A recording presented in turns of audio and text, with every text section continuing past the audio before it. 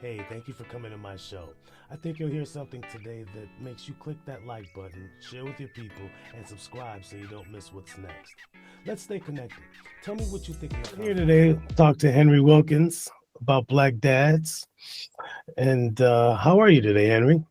I'm doing good. I'm doing good. Thanks for inviting me to this platform. So looking forward to the conversation. Yeah, no problem, brother. No problem. Thanks for Yeah, joining me. yeah. And so I like to start my podcasts off with this question right here. Who are you? So I'm Henry Wilkins. I'm a dad for two kids. So I have a daughter that's 13, soon to be 14, excited to go to ETHS high school. And then my son, he's 10 years old. He's in the fourth grade and he attends Walker.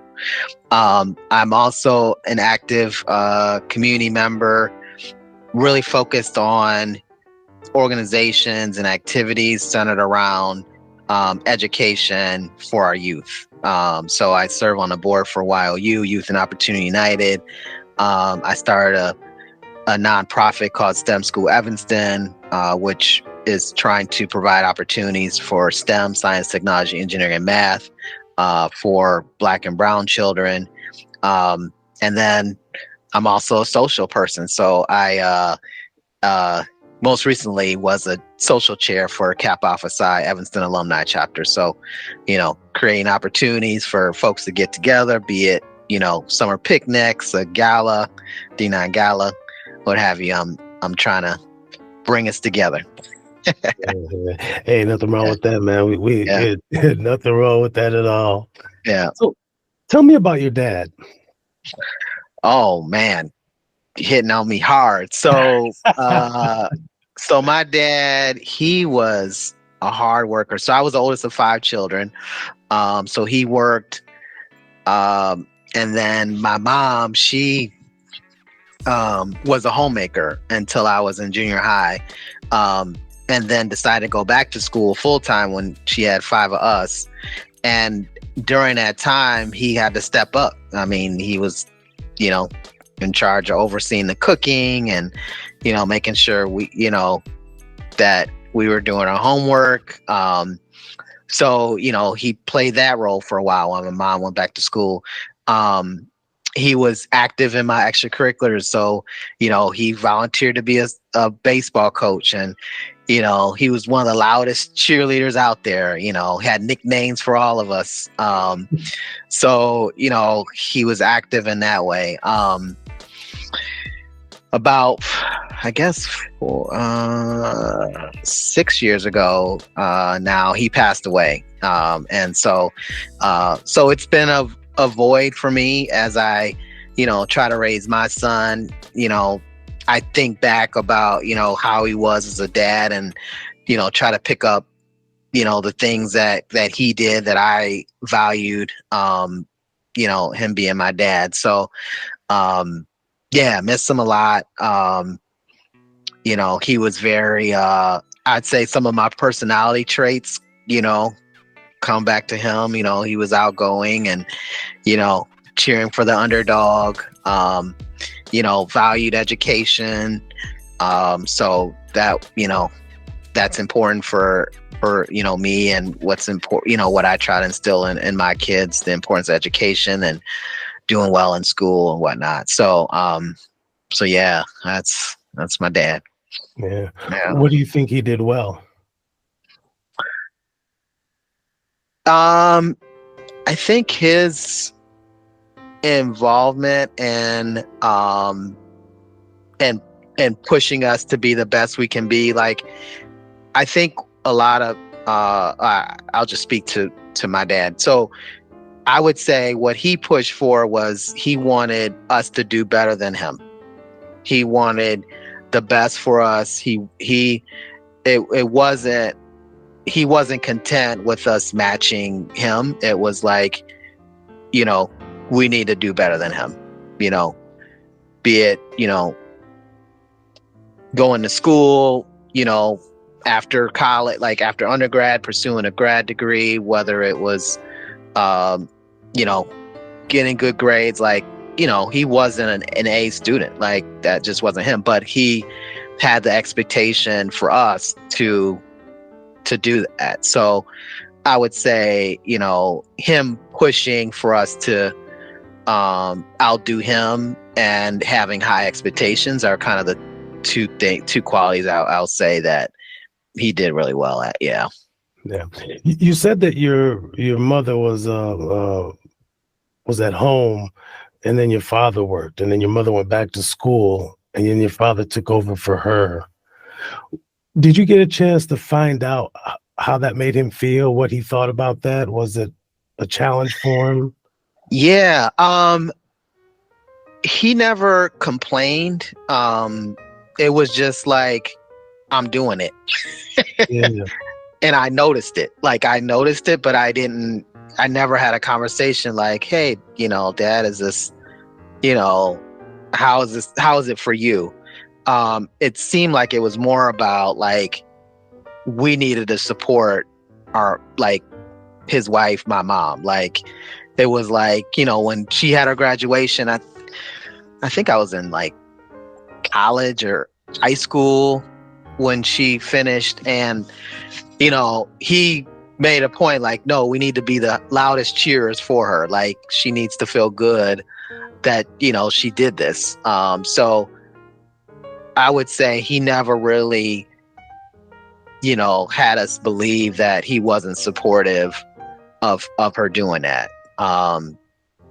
So it was like, he had always been the breadwinner, and then it was like, hey, she's also going to be an important part of this family, so we need to rally around her too. So I would say that's Yeah, I was just curious because it seemed like he had to take a step back, and so it goes back to what we are sort of what we're in today, like non-traditional roles in the family. So right. it was just something that made me ask that. What do you think some of his challenges were?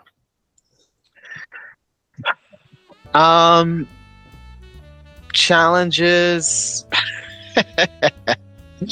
I want to say something, but it's personal, and I don't know how I can say it in a more positive way. I was always, he was always so optimistic about things. So, I would say he was a little bit more risky with investments. I'll say that. You don't have to say anymore, bro. You don't have to say anymore. What do you wish you could tell him? What would I tell him? What do you wish you could tell him? Yeah. What do I wish I could tell him? It would probably be not so much about that, challenge, but I would say seeking his advice in a world that is so different than when he was raising us. Yeah. I think a lot of times, he thought that, the approach of parenting could be done similar to what he had done. In one area specifically, I would say in discipline. Nowadays, like the discipline techniques, you got like I just can't replicate what happened, yeah, back when I was growing up.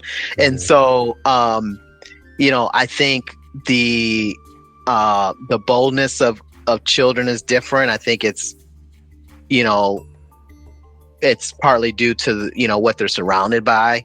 Some of the things that I hear my kids' friends say, I'm like, oh my gosh, like I wish somebody would, like, I would never like think about some of the things that are said, to an adult. Like, it's different. It's a whole nother, ball game out here. So, I feel like I've had to, change. Like I can't replicate, discipline that happened, you know, for me, and I can't do that for my kids in 2024. I'll just say. Yeah. No, it's true. It's interesting because I've heard my uncle say, or some older generation say, "Oh, the kids are the way they are because they're not getting treated or disciplined the way we discipline our kids." And my wife had a good point. Like, if you beat on a kid, the only thing they're learning is to, one, take a beating, and two, that you might not like them. Mm-hmm. You know what I mean? Mm-hmm. And so it's like, I've resorted to playing, mind games, I guess, or playing mental chess with my kids. Mm-hmm. Because, like you said, you can't discipline kids today the way we were disciplined. I mean, Right. yeah, I remember. Yeah. So, and just imagine, Yeah. my parents were from the Caribbean, so Uh-huh. it was nothing for you to go get the branch off the tree so that you Yeah. could whip with it. Right. Right. Yeah. Yeah. Yeah. I mean, I remember, prior to getting some discipline, we have to say a Bible verse. Like, there was a Bible verse, children, obey your parents in the Lord, for this is right. Honor your father and mother, so it may be well with you, that you might live a long life. So that was instilled, in me too, to also think about. So, they tried to, really make it a point of a learning lesson. So yeah. That's true. What did your father teach you about fatherhood? I think it was the respecting of the mother. He was a Christian, and he tried to instill in me the importance of having a relationship with God, and really leaning on him in difficult times. So I think there was that piece of it. As far as fatherhood for the children, it was more just like general responsibility, I would say. I didn't really get into the tactical pieces of like fatherhood. I would just say themes. Like, themes are, children must listen to their mom. It was also a different time for me. Like, they were together, like they were married, so they were on the same page for just about everything. Like, it wasn't a divided household of like, oh, dad, thinks one way, mom thinks another, and the children are caught in the middle. Like, they were lockstep. It wasn't like, oh, dad said no, I'm gonna talk to mom's gonna say yes. Like, it wasn't like that. I didn't experience that, so that unification was important. I think the being involved in the parent in the kids' lives, I mean, that to me is a huge piece of it. Like I said, my dad was assistant coach, drove us everywhere, encouraged us to participate. I was also in the band. So, he encouraged that too. So, it was, being involved in the kids' lives, and, making sure the children, honor their mother. I would say are the two things that stand out for me. Yeah. As a Black man, what is your greatest superpower? My greatest superpower as a Black man. I want to say empathy. Because, as I think about like some of the things that I got myself wrapped up in, it was kind of a social justice, bug that kind of like awoke in me. And so that social justice, it was driven by empathy. And so feeling like I'm empathetic about a situation where injustice is happening. Now I'm going to do something about it to undo that injustice. And so I would say empathy would be that superpower. Yeah.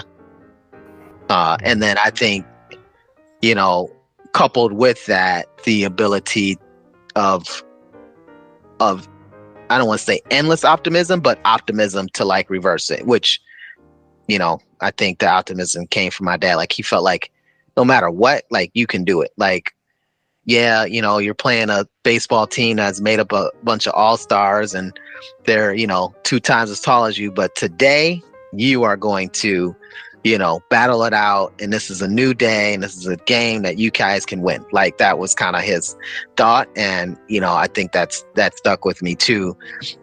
Even with, some of the work that I did for, pushing for a new 5th Ward school in Evanston, something that hadn't been done in, 50 years. So I would say that kind of epitomizes that belief of the optimism and, having that empathy. Yeah. How does that make you feel that you were able to successfully push towards getting a 5th Ward school that 5th Ward so desperately needed? Yeah. So, I mean, one of the things I got to be careful with, I don't want to take, all the credit. I was going to say, let me clarify. All the credit does not go to Henry Wilkins, but you were one of the forces. Yeah, to right. Push, for that. Yeah. So yeah, for sure. I think, as I think about, some of the resistance that happened with it. I mean, you're dealing with, a community that was kind of still feeling pessimistic about the idea after the 2012 referendum, failed. And rightfully so. I mean, the community in the 5th Ward wanted it. Almost 70% of the people said they wanted it. It passed in the 2nd Ward and it passed, in the 7th Ward, and it didn't pass in the northern parts of Evanston. And so that fact kind of awoke in me to believing like, okay, it wasn't the community voted against it. It was people outside the community who don't even live in the community didn't want to see it happen. And so that kind of, gave me some ammo, like, okay, we might be able to do something. And so, also kind of crafting a vision of it being a STEM focused community school was kind of another key element of it. So how do I feel about it? I'm happy that D65, kind of made it a priority and they're going to break ground and it's going to happen. And, I played a role in building up support for it. But I'm not content because it isn't guaranteed that the school is going to have a focus of STEM, science, technology, engineering, and math, as well as it's not a guarantee that the entities where that school will be located will create this community model. The community model is, the school works in partnership with the city of Evanston, with the Fleetwood Jourdain being next door, and they also work in partnership with the Family Focus, which is also located next to where that school will be. And so I think for the children, it would be a huge benefit for them to have STEM and also those entities working together to provide, wraparound support. Like the kids can come as early as 7. They get, breakfast or they get tutoring or whatever support in the morning before school starts. And then when the school bell ends or school bell rings at 3:00 after school is over, they're getting more enrichment and, homework help or, getting some hands-on learning experiences. So that's the vision that I haven't let go of yet. So I'm happy that it's happening, but, still not all the way content. I think the other thing is, a lot of people have voiced, and rightfully so, is the concern that the school not serve the population that it was intended to serve. So how do we guard against that? I mean, even some of the decisions around the programming, I think they haven't been finalized, but it feels to me, I do have concerns that the voice of what the Black community has said they wanted might not actually happen, might not actually come to fruition. So I do have some concerns around, the programming piece of it. And, I can go on and on about the vision, but that's some of my thoughts about, about the school opening. Yeah. Well, let's just hope they turn out for the community meetings, because I think that will go a long way for the change that we need in the Fifth Ward community for that school. Right. What's the most important lesson you'll take from your relationship with your dad? Ooh. Important lessons. I was going to say the importance of a father-son relationship is key. I don't know. I don't have any scientific evidence of this, but I have heard that your dad gives you confidence. Your dad is the one that instills that in you. Not saying that the mom can't. I've just heard that your confidence comes from your dad. So I think me being engaged and, encouraging, my two children will help them in the long run in terms of like giving them the confidence to, overcome anything. So, yeah. Yeah, no doubt. That's confidence is everything, man. What does liberation look like for Black men? Liberation, the freedom to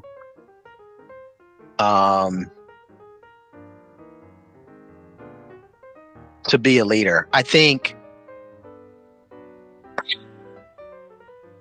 again, I don't have any hardcore facts, but to me, it seems like society right now has valued the leadership of Black women over Black men. I think that Black men are not seen as having the skill. They're not as skillful. They're not as talented. And so, being able to, hey, he's a Black man. He's just as, skilled, just as able as a Black woman. So I think right now, like, I think that would be a game changer for that, for society to change their views of Black men and their they call it black girl magic. Can we talk about like Black men magic? Like like we have some superpowers too. So, I think that gets lost. So I think it's being able to, the liberation would be, and I hate to say that it's society that needs to adjust, because I don't like to put blame on others. It's like, okay, what can Black men do to alter and change society. So I think it's us uniting and, taking it on. Mhm. Mhm. Yeah. How do you approach discussing race and identity with your children? It's funny. So I'll just talk about my son. So my son, because it's more recent, he's had incidences where he's been called out of his name. And the kids were playing on a playground, and the principal pulled him to the side and had a conversation with him, and he had no feeling of, like, he didn't feel anything. Like, he didn't feel like bad. He didn't get mad. It was just like, I want to go back and play. And at the time, he was in third grade when it happened. And I think about, when I take a step back and think about my upbringing, my parents didn't talk about race at all. It wasn't, I feel like it wasn't until I was older where I looked back and thought about racist situations. Like, I remember being in the first grade, and the kids were about to play. We were about to play recess and play soccer, and so they said, "Okay, everyone, put your hand in the middle, and if your hand is too dark, you can't play." So everyone put their hand in the middle, and there was this Indian. It was an Indian boy. Put his hand, and he was like as dark as me. And they didn't want him to play. So then they told me, "Oh, Henry, turn your hand around." And I turned my hand around, and it was lighter skin. And they said, "Oh, you can play." So it was like an incident like that it was just like, back then I didn't realize, it's like, oh, they like me. They want me to play. But like, that was racist as all heck, get up. You know what I mean? Yeah. Like, and so I think about my son in the third grade. I don't think he's realizing, the impact of being called that, and what it says about, potentially of that person. So I think there's some education that's needed. I know Dr. Gilo Logan, he's created an entire course on how to address it with your kids, how to address it in the classroom, how you address it in the school. And so I've had conversations with him about it. I just think more can be done. I think it's getting those the classes that Dr. Logan had created, and it'd be nice if it was incorporated into the school curriculum. I know they're busy, trying to get kids to read, but if there was a way to, put that in there, that'd be awesome. So I think it's lessons like that. One of the things I'm working on is a STEM summer camp, and so it's a 1 week free camp located at Family Focus, and one of the elements of that week is to expose the kids. We want them thinking about race and thinking about Black folks that made contributions in the STEM space. So we're going to actually have them work on a project dedicated to that they'll share out, and to help improve their perception of Blacks and their role in the STEM space. So I would say those are kind of some of my contributions of how I'll address this race problem. Yeah. What advice would you give a first-time dad? There's a lot. There's a lot of advice. That's not a good advice, but that's right.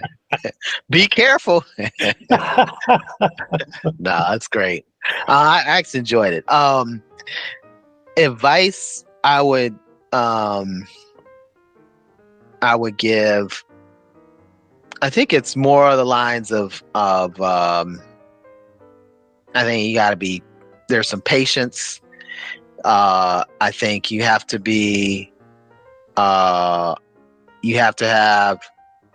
have nimbleness, like in terms of flexibility of thinking about things.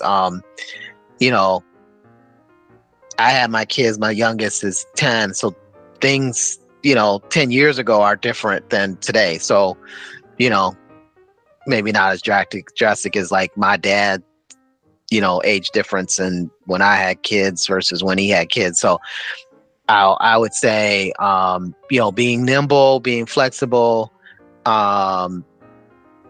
figure out how you can be involved. I remember, when the kids were born, I was like, okay, how am I gonna have a relationship? So like, I was always doing their diapers, like changing the diapers. That was me, giving them bottles, feeding them food, like doing anything to like, giving them baths every night. Like I just carved out a responsibility, as far as being involved. So, I mean, hey, look, it's not going to be like that for every dad. Like, you got split families and, split custody situations and, but I think at the end of the day, it's figuring out how you can be a part of the children's lives, as much as you can, would probably be the advice I would give. And it looks different for different people and different families. Yeah, definitely. What lessons are you imparting on your children? On being a parent, they're not allowed to get married till like 30 years old, man. Like, forget about 20. I mean, being the dad, like, Okay. what lessons are you imparting on your child to grow up to be better than you, as you said your dad wanted for you? Lessons. Okay, lessons that I'm trying to impart on my children. I think empathy is caring for others. I love that the kids' teachers will talk about both kids, like their care for their classmates. Like I got a note from my son's teacher that one of his classmates was having a difficult time, and she really appreciated how Henry came and really made sure that they were okay. So I'm glad that he has that in him already. I think sticking to it, like a commitment, keeping your word, I think is another trait that I want my kids to have. Obviously confidence and things I do. I think I don't know if this social justice piece of it is, I think they see it from me. So I don't want to push it, but they see me do it. And it's like, oh, dad does this and he's doing it for this. So I think it's a trait that maybe they'll adopt, but I don't know if it's something that that I just want them to passively pick that up. So that's my point of view, at least today. I mean, it could change, but I think it's trying to look out for those that that are powerless. Might not be in a position to overcome certain barriers. So I think my kids will have that in them. I'm not trying to raise them to be the next Martin Luther King or anything like that, but if it it could happen, but I think so I want them to appreciate social justice. Other qualities, you talked about the confidence, so believing that you can do anything. Yeah, so I think that kind of covers it. I mean, I do want them to have a relationship, and I know, some people have different beliefs about different things in religion, but I do want them to have a relationship with God. That's also important to me too. So raising them up to want to be a disciple of God. Yeah. So I've got two boys. I have a question for you. Do you teach your daughter a different lesson than you teach your son, or do you teach them both the same lessons? Like life lessons or like Yeah. just So, for in general. example, Yeah. my wife told me that my father-in-law told her when she was a little girl, you got two strikes against you. You're a Yeah. girl and you're black. Uh-huh. You know what I mean? And so Yeah. I'm wondering, are Yeah. the lessons you teach your daughter different than the lessons you teach your son, especially since, we sort of treat our little girls and our little boys different? Yeah. Um, if anything, it might be emphasizing different things. Mhm. In general though, I still, try to have them, follow the same lessons. But how I approach it, you know, even the incentive structure will look different for, my son versus my daughter. Depending on the situation. So like, for example, like I wanted both my kids to read, like just read every day, a little bit every day. And my son, it was a little bit more difficult to get him to read. So, I rewarded him. Like he got, there's this game called Roblox. Like it's the big thing. So like Yeah. you would get Roblox, so many for, so much of reading. And then on the weekends, if he did reading on the weekends, he used to say, he's like, well, Dad, what if I don't want to read on the weekends? I can't go. Like I would take him to the trampoline park would be his reward. Mhm. And, he would say, well, Dad, if I don't want to go to trampoline park, do I have to read? And I'm like, well, you're still going to read. You just might not go to trampoline park. So it was like, you're going to read. Like Yeah. you either read with the trampoline park or read without it. Like there's You no gonna read. benefit. Yeah, you're going to read. You're going to read today. Now, did you ever read with him? Did you read with him? Yeah, I always read early on before they Yeah. could read, I would read to them. I remember my daughter, there was a book called Giraffes Can't Dance, and like I read it so much to her, like I could remember it like verbatim, and I think she could too. The pages were all tattered, so I would just read the same story. So that was a book I read to her when she was really, really young. And then my son, I read to him not as much as her, I'll say that. But now I just have to keep up with him, like making sure he reads because, I'm telling you, the system will eat you alive if you, Yeah. yeah. Yeah, so it's a constant thing, and the more you get books that they like, the more it's easier to read. So one of the things I used to do to help my son enjoy reading was I would actually, be a character. If the character was like Oh, goofy, I like it. I'd be a goofy character. If the Yeah, yeah, character- yeah. I'd have a goofy voice, so it made it fun for me and for him. You know what I mean? And Right. so Yeah. No, uh, I love it. I it, like it, that. it was encouraging for him. Yeah. Um, Yeah. yeah. So, well, Henry, I think that's all the question that I have for you. You don't have to Oh sweat, yeah. bro. Yeah, no, it was good. I enjoyed it. It was funny. So,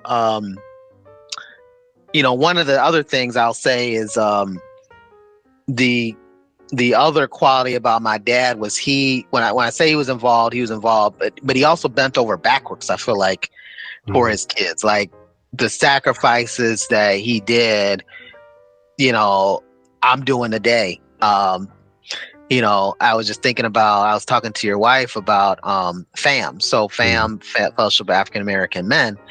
And I remember my daughter, so she participated in FAM. And, the first year she ended up loving it. But in the beginning, she didn't want to do it. Like, she was just like, oh, I don't want to do it. And I was like, Kai, I was like, you got to do it. We're going to have to do it. So I had to encourage her, build her up.